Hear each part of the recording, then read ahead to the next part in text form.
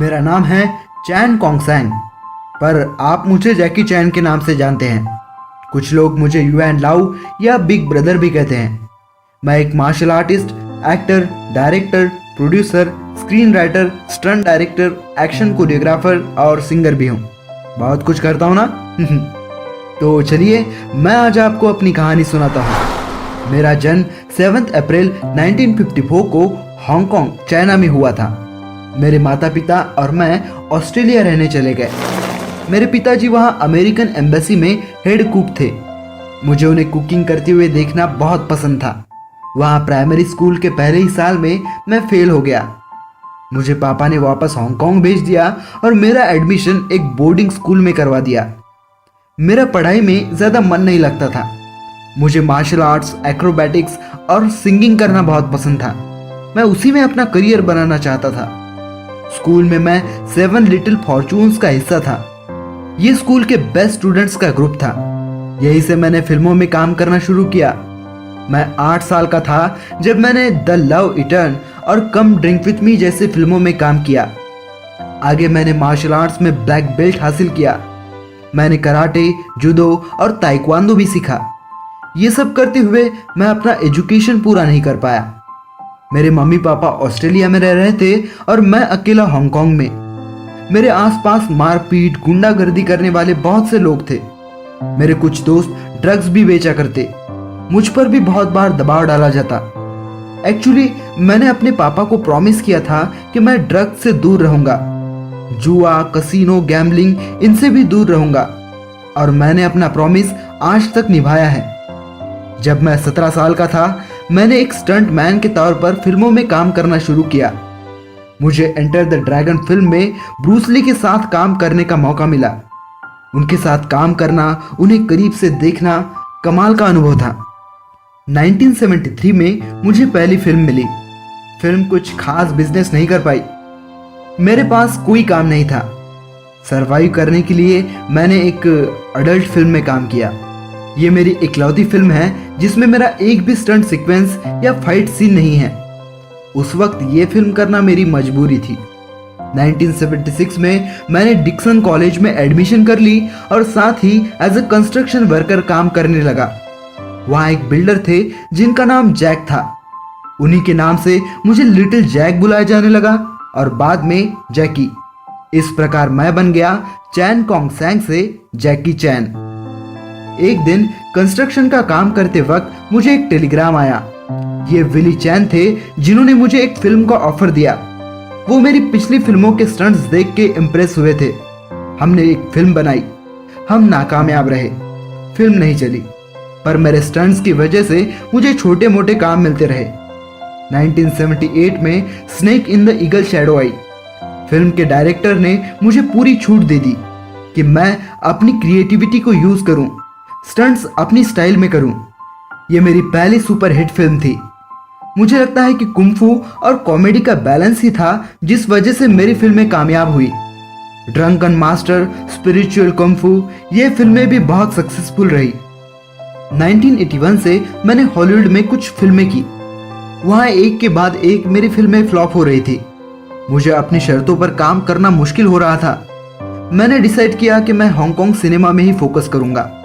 मैं हांगकांग वापस आ गया जहां लोगों से मुझे प्यार मिल रहा था। द यंग मास्टर फिल्म ने सारे रिकॉर्ड तोड़ दिए, यहां तक कि ब्रूस ली की फिल्मों के भी।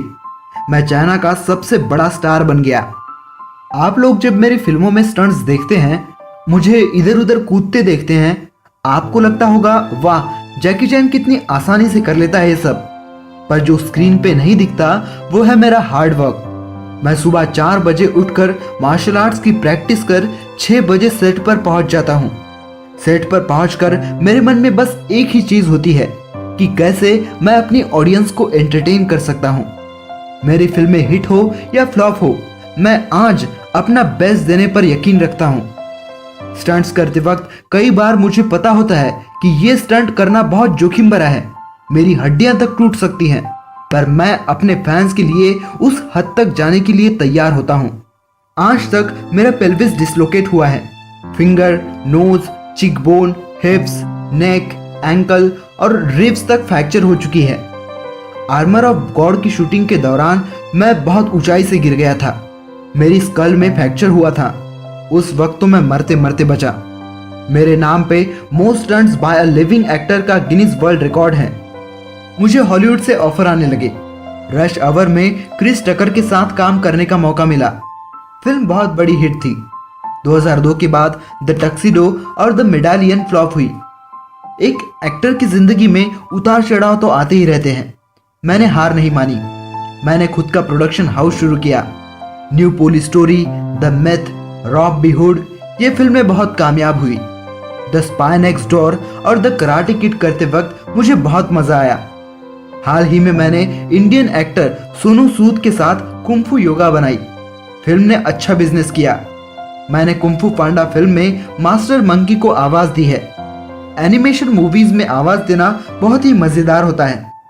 मुझे दुनिया भर से अवार्ड्स मिले हैं। इंडिया का आईफा अवार्ड भी और फिल्म इंडस्ट्री का सर्वोच्च माने जाने वाला ऑस्कर भी। पर मेरे लिए मेरे फैंस के चेहरे की स्माइल ही मेरा सबसे बड़ा अवार्ड है। मुझे बचपन से ही म्यूजिक का शौक रहा है। आज तक मेरे 20 से ज्यादा एल्बम रिलीज हो चुके हैं। मैं Cantonese, Mandarin, English, American sign language, German, Korean, Japanese, Spanish और थाई भी बोल लेता हूँ। लैंग्वेज आपको लोगों से कनेक्ट होने में मदद करती है। आप भी कोई नई लैंग्वेज सीख लीजिए। कुछ नया सीखने का एक अपना ही मजा होता है। अब मैं आपको अपनी पर्सनल लाइफ के बारे में बताना चाहूँगा। 1982 में मेरी शादी जोआन लिन से हुई। वो एक ताइवानीज एक्ट्रेस हैं। उसी साल हमें एक बेटा हुआ, जेसी चैन।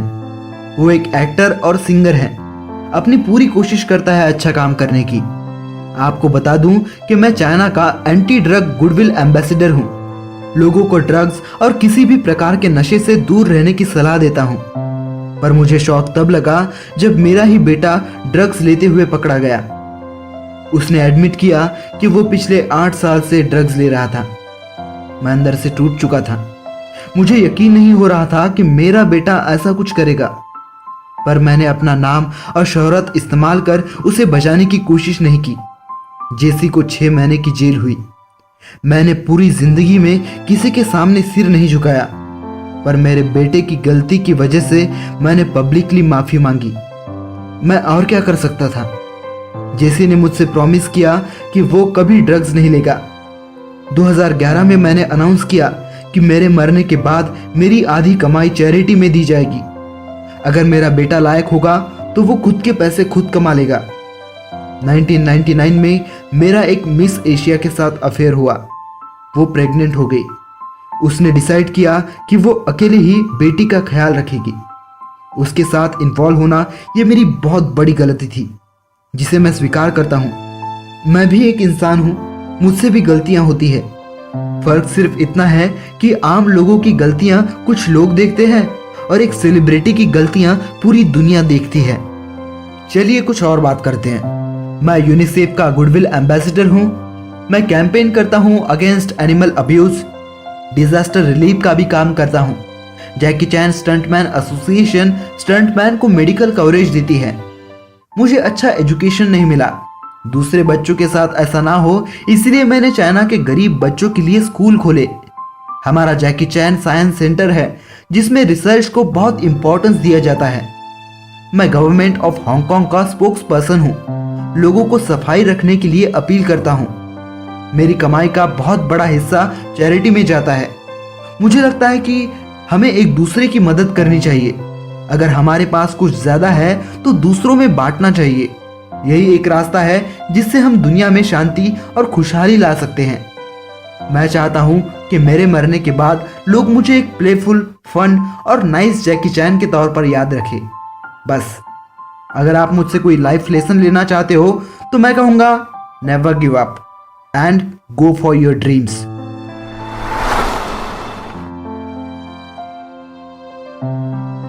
अगर आपको हमारा वीडियो अच्छा लगा हो तो लाइक कीजिए। ऐसे ही वीडियोस के लिए हमारे चैनल को सब्सक्राइब करना ना भूलें।